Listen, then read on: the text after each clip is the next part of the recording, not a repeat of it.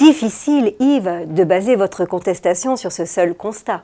Comme pour le dysfonctionnement d'un radar feu rouge, et même avec un rapport d'huissier à l'appui qui atteste d'un orange anormalement court, les juges de proximité rechignent à relaxer et ont la fâcheuse tendance pour la plupart à condamner. Dans un tel cas de figure, il est hélas préférable de ne pas y aller seul et d'être défendu par un avocat, de préférence spécialisé.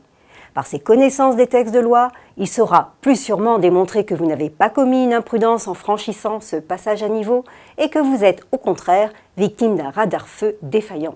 Nuance. Une telle défense a un prix bien sûr, entre 800 et 1200 €.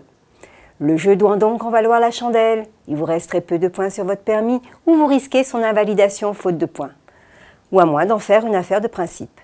Car une telle infraction coûte cher, 90 € et la perte de 4 points.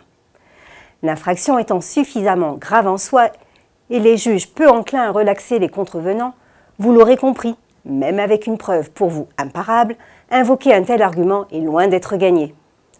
Cela pousse certains à profiter des failles du système. Le radar flashant de dos, le conducteur ne peut être identifié, et contester en niant être l'auteur de l'infraction, quitte à mentir. Un comble.